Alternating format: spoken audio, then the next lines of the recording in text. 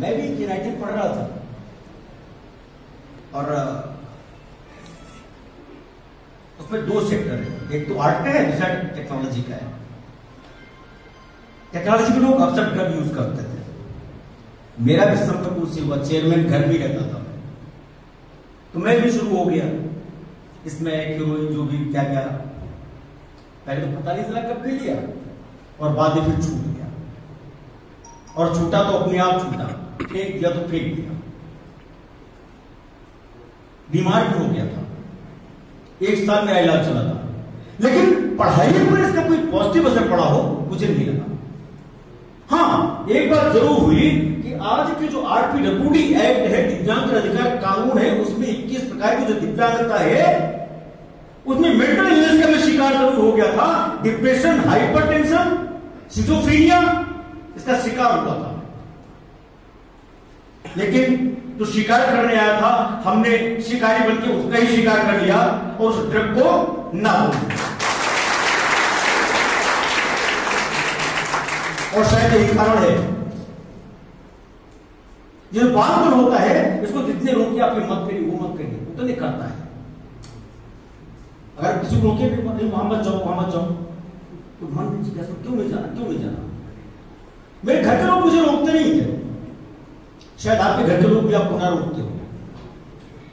हम भी आपको रोक नहीं रहे हैं, हम सिर्फ बता रहे हैं कि अगर 21 प्रकार की दिव्यांगता में शामिल होना है तो इस जो तंबाकू निषेध की बात है, ड्रग की बात है, इसको छोड़ दीजिए।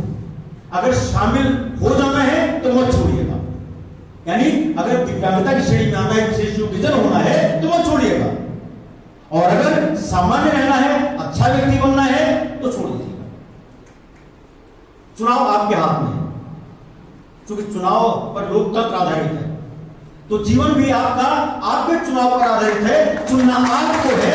और इसलिए मैं भी इसी कड़ी में चुनाव करता हूं कि मैं किन वक्ता महोदय को यहां पे आमंत्रित करूं। मुझे लगता है काशी विश्वनाथ से शुरू की जाए, क्या मानोमति आपकी? हम शुरू किया जाए ना, कृपया आए मंच पर। और चूंकि मद्य निषेध की बात है, तंबाकू निषेध की बात है, भगवान शंकर से शुरू करते हैं, जिनके बारे में लोग ऐसी चर्चा करते हैं।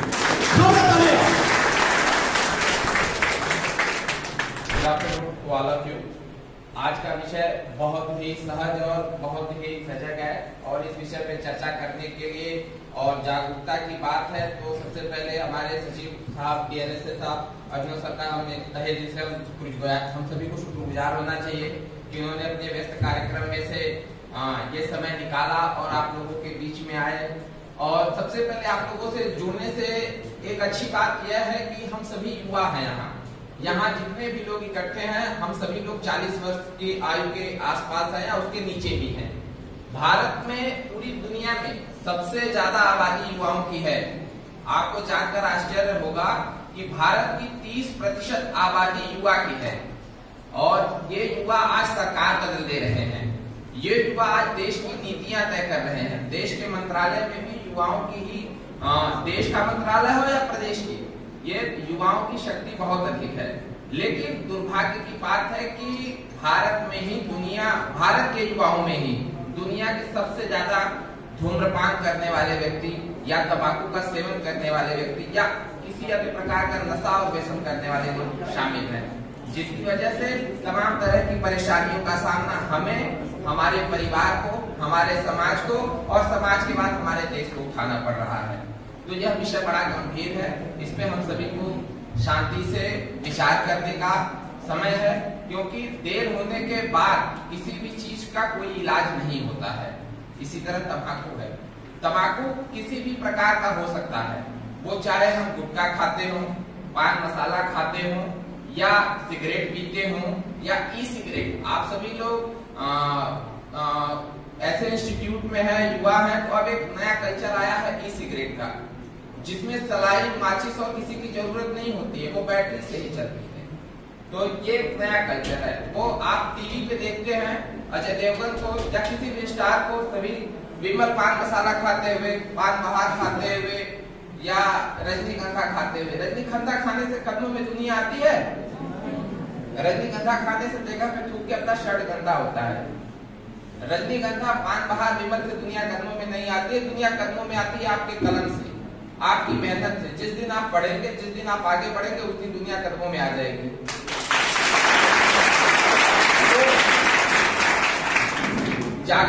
किसी भी कार्यक्रम का उद्देश्य क्या होना चाहिए? सबसे महत्वपूर्ण बात यह होती है, आज उद्देश्य जागरूकता का, जागरूक होने का अर्थ यह नहीं है कि हम यहाँ आए, एक लेक्चर सुने, हमारे विशिष्ट जन आए, अपने बहुमूल्य समय को निकालें, प्रिंसिपल साहब अपनी बात कहें, सचिव साहब अपनी बात कहें और वहां से कुछ फ्रूटफुल न हो जाए।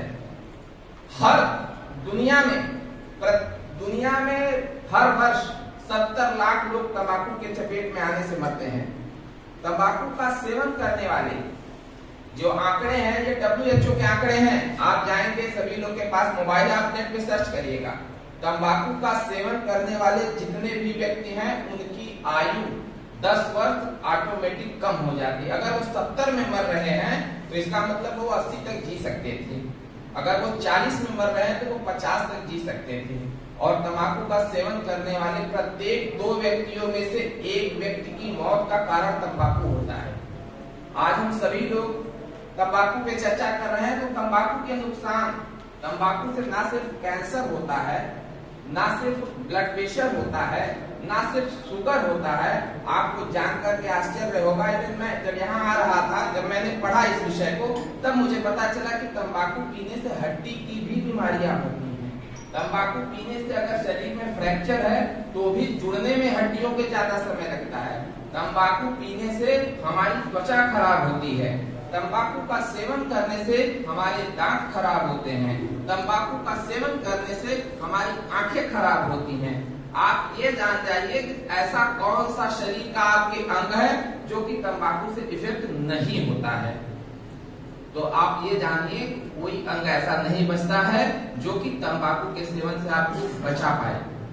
तो इसलिए तंबाकू जागरूकता केवल आप अपने तक मत रखिए, इसको आपके परिवार में, आपके समाज में, आपके आस पड़ोस में, आपका कोई मित्र, बंधु, भाई, अगर आपका कोई मित्र है जिसको आप मित्र कहते हैं और वो तंबाकू का किसी भी प्रकार का सेवन कर रहा है, छोटे से छोटा सेवन कर रहा है, तो आप उसको मना करें। आप उसको किसी भी तरीके से अगर आप मोड़ पाए तो आप ये समझिए कि आज जागरूकता में शामिल होने का आपको सफल होगा।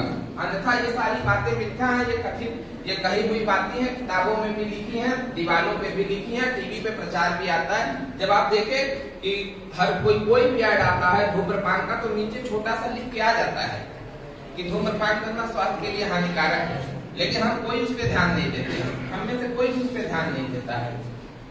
ये क्यों है? ये क्योंकि हम उसकी तरफ आकर्षित हैं। जब हम उसे मना कर देंगे तो ये ऐड आना भी टीवी पे बंद हो जाएंगे। जब हम उसे किसी भी चीज को मना करने की सबसे बड़ी ताकत समाज है। हम और आप जिस दिन एकत्रित होकर के इसके खिलाफ खड़े हो जाएंगे, ये बुराइयां समाज से हमारी चली जाएंगी। यह सिर्फ हमें शारीरिक रूप से कमजोर नहीं बनाता है, यह हमें आर्थिक और मानसिक रूप से बीमार बनाता है। सिगरेट में जो सबसे महत्वपूर्ण अवयव होता है वो निकोटीन होता है। निकोटीन हमारे शरीर के घ्राण संवेदनाओं को, जो तंत्रिका तंत्र है, उसे कमजोर कर देता है। निकोटीन से हमारे शरीर में टार पैदा होता है। आप सभी लोग देखते हैं ना, टार टीवी पे दिखाता होता है। टार हमारे श्वसन शक्तियों को प्रभावित करता है। तो क्या हम पैसा लेकर के बीमारी खरीदने जाते हैं?